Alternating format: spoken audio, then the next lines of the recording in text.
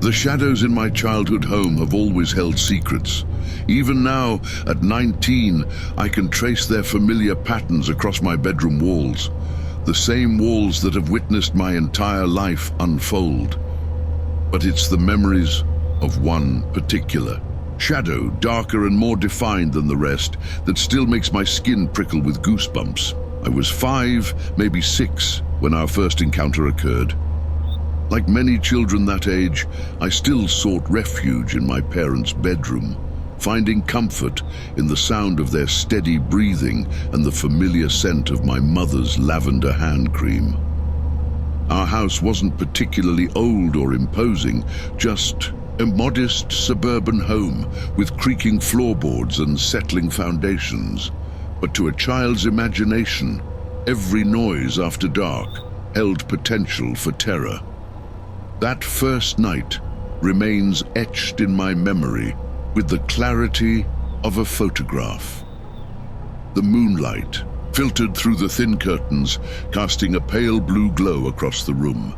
I remember the gentle whir of the ceiling fan, the distant hum of crickets outside, and the way my stomach dropped when I opened my eyes to find him standing there. He occupied the corner of the room as if he'd always belonged there. A tall figure dressed entirely in black, his presence somehow both solid and ethereal. His head was cleanly shaved, gleaming faintly in the dim light, but it was his face that captured my attention. Large, expressive eyes that seemed to hold centuries of sadness, prominent ears that stuck out slightly from his head, and a mouth turned down in what I would come to recognize as a permanent expression of melancholy. His hands were tucked into the pockets of his dark clothing, and he stood completely still, watching me with an intensity that should have been terrifying. And yet, mixed with my fear was an inexplicable sense of recognition, not of who he was, but of something deeper, as if he carried a familiar frequency that resonated with something inside me. I did what any scared child would do. I squeezed my eyes shut, pulling the covers up to my chin as my heart thundered in my chest. I counted to 10, then 20, then 50, willing him to disappear. When I finally gathered the courage to open my eyes again, he had moved. Now he stood at the foot of the bed, his tall frame casting a long shadow across the floral bedspread. His expression remained unchanged. That same mixture of sadness and intensity that would become as familiar to me as my own reflection. I blinked, and he was gone, leaving behind only the sound of my rapid breathing and questions that would take years to even begin to understand. Little did I know then that this encounter was just the beginning of a relationship that would span more than a decade, teaching me that sometimes the things we fear most become the strangest kind of comfort.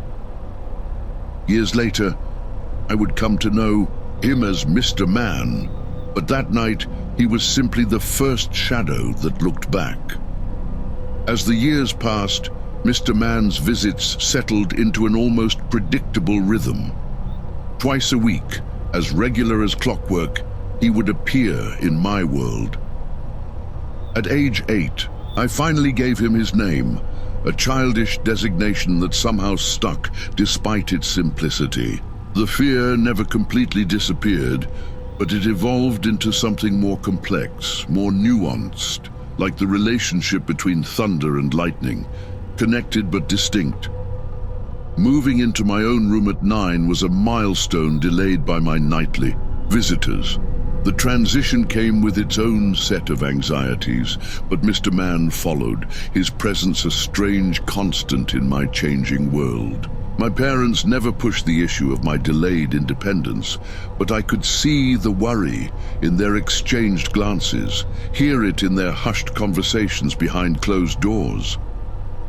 In my own room, the visits took on a different quality.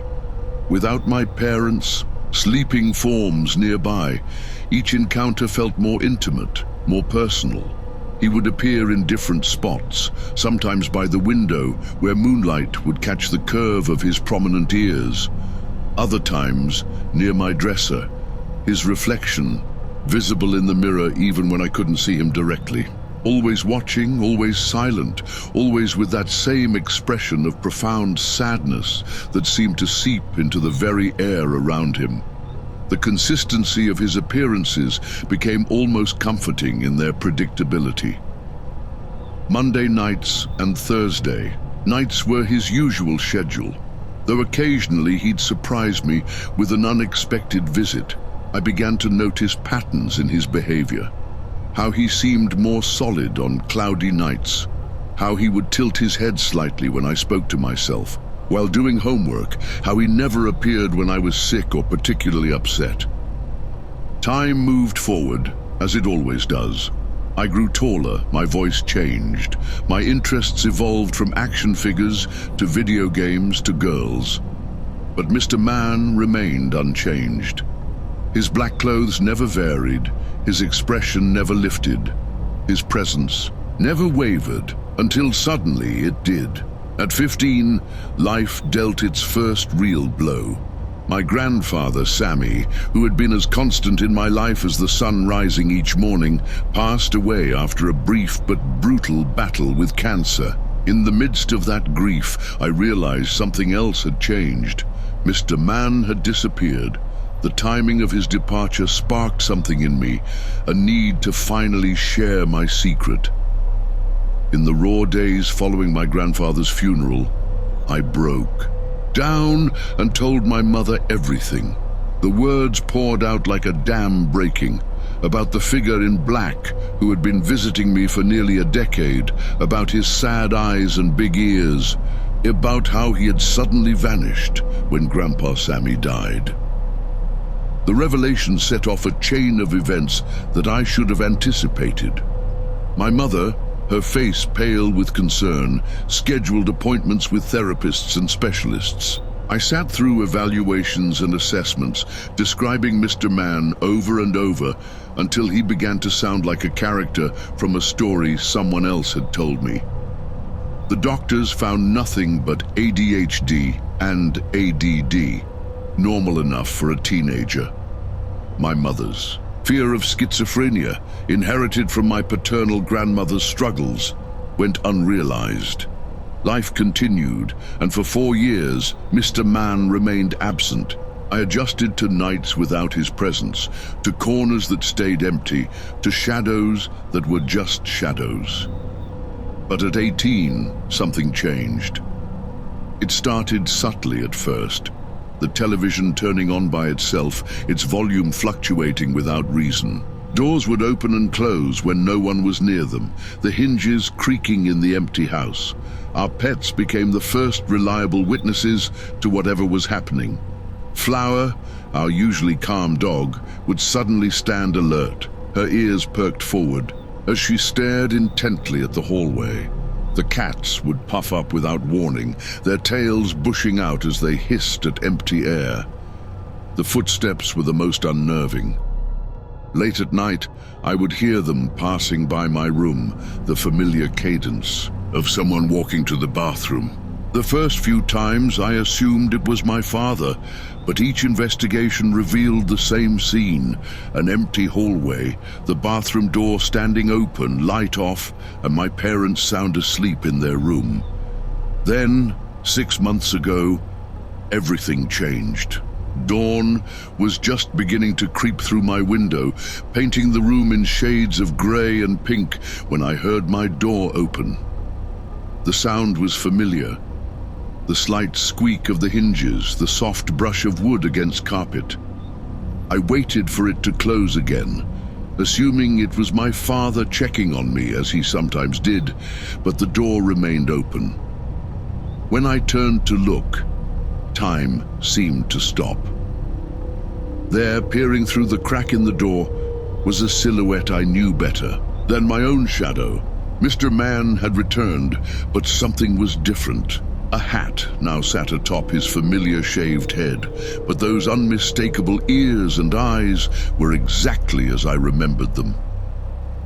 "Been a while, mister," I heard myself say, the words emerging before I could think better of them.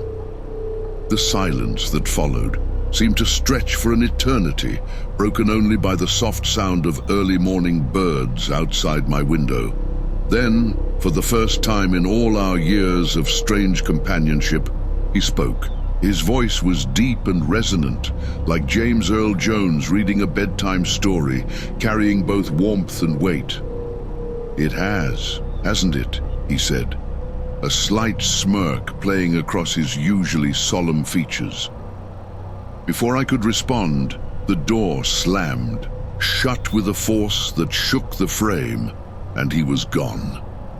That encounter marked the beginning of a new chapter in our unusual relationship. The activity in the house increased, becoming impossible to ignore. Even my father, who had always been the pragmatic voice of reason in our family, began to acknowledge that something unusual was happening. Last week, over coffee at the kitchen table, he finally opened up about his own experiences, the whispers he'd heard in the dark, the footsteps that had no explanation. Now, as I continue my college studies while living at home, I find myself in a strange place of acceptance. The house I've known all my life holds more than just memories. It holds a presence that has, in its own way, watched me grow up. Mr. Man, with his sad eyes and black clothes, has become as much a part of my life story as any living person. Sometimes, late at night, when I hear those familiar footsteps in the hallway, I wonder about the connection between his disappearance and my grandfather's passing, about why he chose to return, about what keeps him here. But maybe some questions aren't meant to be answered. Maybe some relationships exist in the spaces between understanding and uncertainty, between fear and familiarity, between the world we can explain and the one we can only experience. What I do know is this: in a world that constantly changes, there's something oddly comforting about having a guardian who defies explanation, who has watched over me since childhood, who disappeared when I needed to grow on my own, and who returned when I was ready to face him, not as a frightened child, but as someone who could look into those sad eyes and say, "Been a while." The house creaks around me as I write this, and somewhere in the shadows I know he's listening. The scared child who once hid under the covers has grown into someone who understands that not all haunting things are meant to terrify us. Sometimes they're meant to remind us that the world is bigger, stranger, and more wonderful than we could ever imagine. And sometimes, if we're very lucky, they speak back.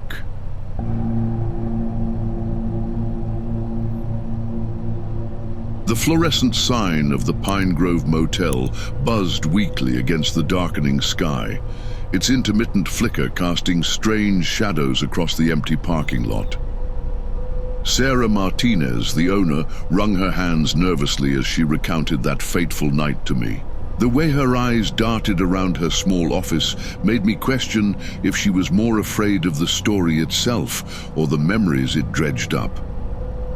I had seen my share of troubled souls during my 2 years as a missionary in this small town, but something about Sarah's demeanor made my skin prickle. The way she leaned forward, her voice barely above a whisper, as if afraid the walls themselves might be listening. "It was just another Tuesday," she began, her fingers absently tracing the worn edges of her desk calendar. "The kind of night where the wind whispers through the pine trees and the highway's distant hum is the only companion." She described the man who arrived. Mid-40s, well-dressed, but with eyes that seemed to be looking at something far beyond the present moment.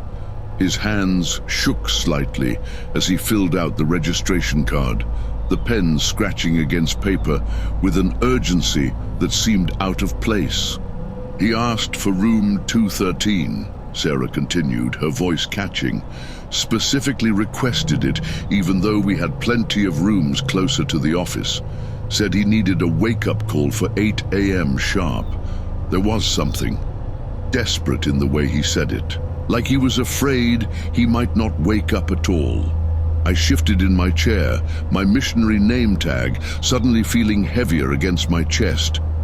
As the lead missionary in our group, I dealt with countless tales of supernatural occurrences, each one ultimately explained away by logic and reason. But Sarah's story was different. It carried the weight of something I couldn't immediately dismiss. The security footage she showed me from that night revealed more than her words could convey. The man paced his room for hours, his shadow passing repeatedly across the drawn curtains. Around 3 a.m., the movements became more erratic, more desperate. Then, at 4:17 a.m., they stopped altogether. What happened in those final hours would change room 213 forever, but none of us could have predicted how deep the darkness would run, or how it would challenge everything I thought I knew about faith, fear, and the thin line between the world we see and the one we pretend doesn't exist. The discovery of the body was just the beginning. Sarah's voice trembled as she described opening the door the next morning, the master key still warm in her hand. The scene that greeted her defied simple description. It wasn't just the blood that made it horrifying, but the deliberate nature of it all. The man had turned his final moments into a macabre artwork, his pain painted across every surface of room 2113. He used his own blood to write something behind the TV stand, Sarah whispered, showing me photographs the police had taken. The words were barely legible, smeared and desperate. "They'll never let me leave."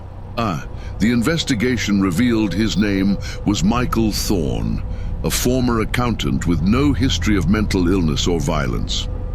His family claimed he had been acting strange for weeks before his disappearance, talking about something following him. But it was what happened after the room was cleaned and reopened that truly began to unsettle everyone. The first guests, a young couple on their honeymoon, lasted only one night. They complained about strange sounds coming from the TV, whispers and static, even when it was unplugged. The bride swore she woke up to find all their belongings rearranged, though her husband had seen nothing. The incidents escalated with each new guest. A traveling salesman reported waking to find his briefcase contents scattered across the floor, papers arranged in bizarre patterns. A mother and her 2 children fled in the middle of the night after her youngest claimed the man behind the TV kept calling his name. The cleaning staff's experiences were even more disturbing. Maria, the head housekeeper, showed me the cross-shaped burns that appeared on her wrist after she tried to clean behind the TV stand alone. "It felt like someone was watching me," she explained, her eyes fixed on the floor. "Not just watching, waiting. The air got so cold I could see my breath in the middle of summer." Other staff reported similar experiences. Unexplained cold, spots, electronic devices malfunctioning, and a persistent feeling of being followed. One maintenance worker quit on the spot after claiming he saw a man's reflection in the TV screen, a man who wasn't there when he turned around. The local police department's investigation had turned up nothing concrete, but their report noted several unusual findings. The room's temperature consistently registered 15 degrees colder than the rest of the building, even after multiple HVAC inspections. Electronic equipment placed in the room would drain of power within hours, regardless of battery type or charge level. The day of the exorcism arrived with an unseasonable chill in the air. My fellow missionaries' objections still rang in my ears. They thought it foolish to attempt this so close to my departure date, but something about Sarah's desperation had moved me. Despite my skepticism about supernatural phenomena, I couldn't shake the feeling that room 213 held something that needed to be confronted. We entered the room at dusk, armed with nothing but our faith and the traditional tools of blessing.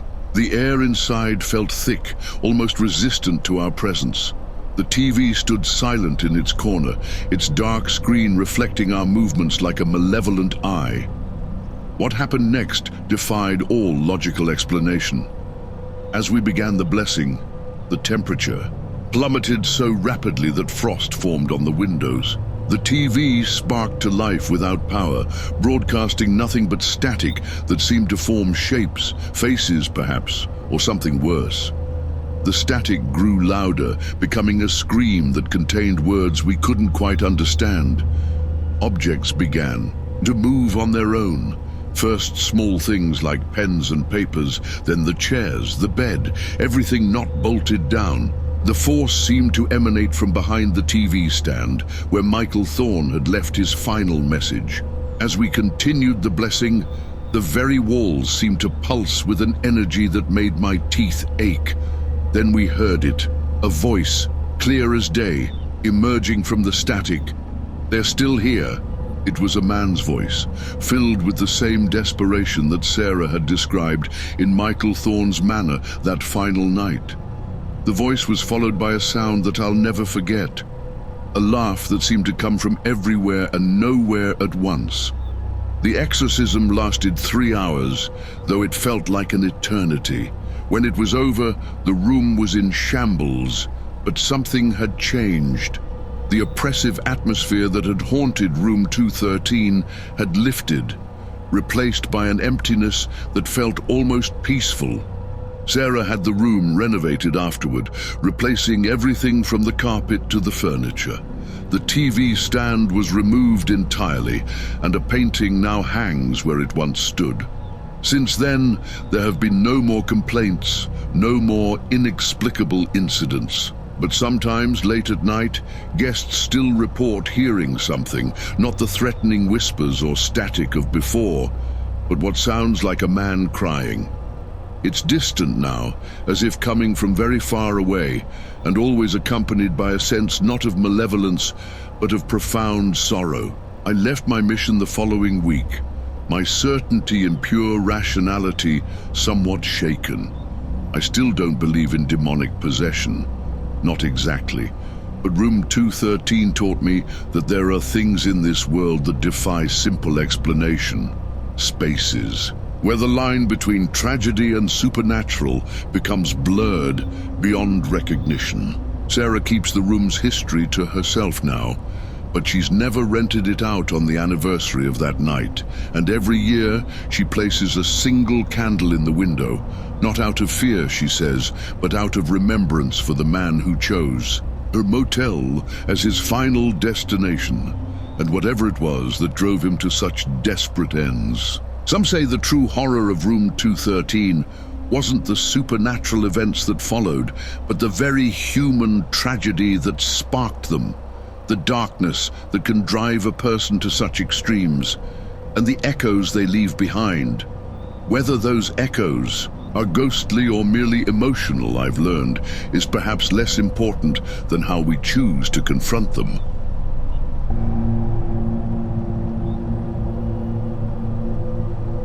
The ancient streets of Takachiho seemed to whisper with each step I took, my footsteps echoing against worn stone paths that had witnessed thousands of years of history. As an agnostic atheist in my mid-20s, I'd never given much thought to the supernatural, the myths and legends that cloaked this small town on Kyushu Island. Stories of gods and spirits, particularly the tale of Amaterasu's cave, were just that to me. Stories meant to captivate tourists and preserve cultural heritage.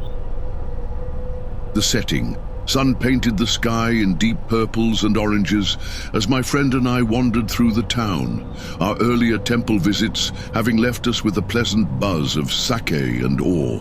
The evening air carried the sweet scent of incense from distant shrines, mingling with the earthy aroma of the surrounding mountains. We'd originally planned to rough it on the streets, our backpacker spirits still high from weeks of adventure. "I don't know, man," my friend shivered, his breath visible in the increasingly chilly air. "Maybe we should find a hotel instead." His suggestion broke through my romantic notions of sleeping under the stars. Looking at his reddened cheeks and trembling shoulders, I had to admit he had a point. After some wandering, we found ourselves standing before a modest business hotel. The building seemed to lean slightly, as if centuries of existing in this mystical place had worn it down. The facade was weathered, with paint peeling off in places, revealing the aged wood beneath. The hotel's interior matched its exterior in every way that mattered. The stairwell reminded me of something out of a post-apocalyptic Soviet film, each step groaning under our weight as we ascended. Our room, when we finally reached it, revealed itself to be a study in organized chaos.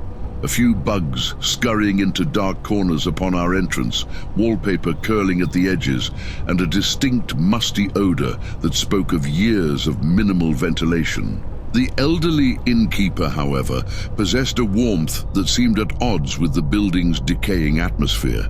Her wrinkled face creased with genuine welcome as she helped us settle in, her movements deliberate and gentle, like someone used to handling fragile things. Something about her eyes made me wonder if she knew more than she let on about the building's history.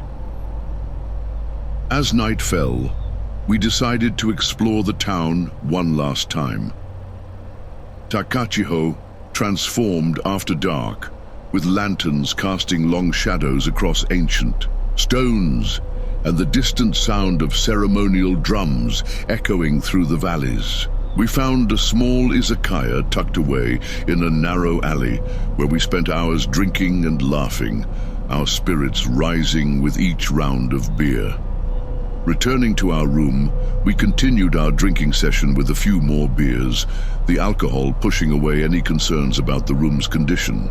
The moon had risen, casting silver light through the window and creating strange shadows that danced across the tatami floor. As fatigue finally overcame us, we laid out our futons side by side, a traditional Japanese sleeping arrangement that felt both foreign and comforting. Sleep came quickly, but it wasn't meant to last. I was jolted awake by a sharp poke in my back, the sensation both familiar and somehow wrong. The room was bathed in moonlight, every detail sharp and clear in the silvery illumination. I rolled over, my mind still foggy with sleep and alcohol, expecting to see my friend's annoying grin. What I saw instead made my blood run cold. My friend was there, sitting up and looking down at me, but something was terribly wrong.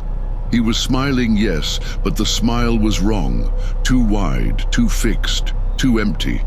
I tried to speak, my words coming, out slurred and uncertain, but he just continued to smile that impossible smile. The wrongness of his face grew more apparent with each passing second, though my alcohol-addled brain couldn't quite grasp what was off. Then he began to lie back down, and that's when I saw it. The figure wasn't lying down onto a futon. It was lying down into my friend. The form, which looked exactly like him but couldn't possibly be him, seemed to merge with his sleeping body, disappearing into his midsection like water into sand. Because there, right next to me, was my friend's actual body, peacefully breathing in sleep. I lay there frozen, my mind racing to process what I'd just witnessed. The rational part of my brain, the part that had always dismissed supernatural stories as mere folklore, tried desperately to find a logical explanation.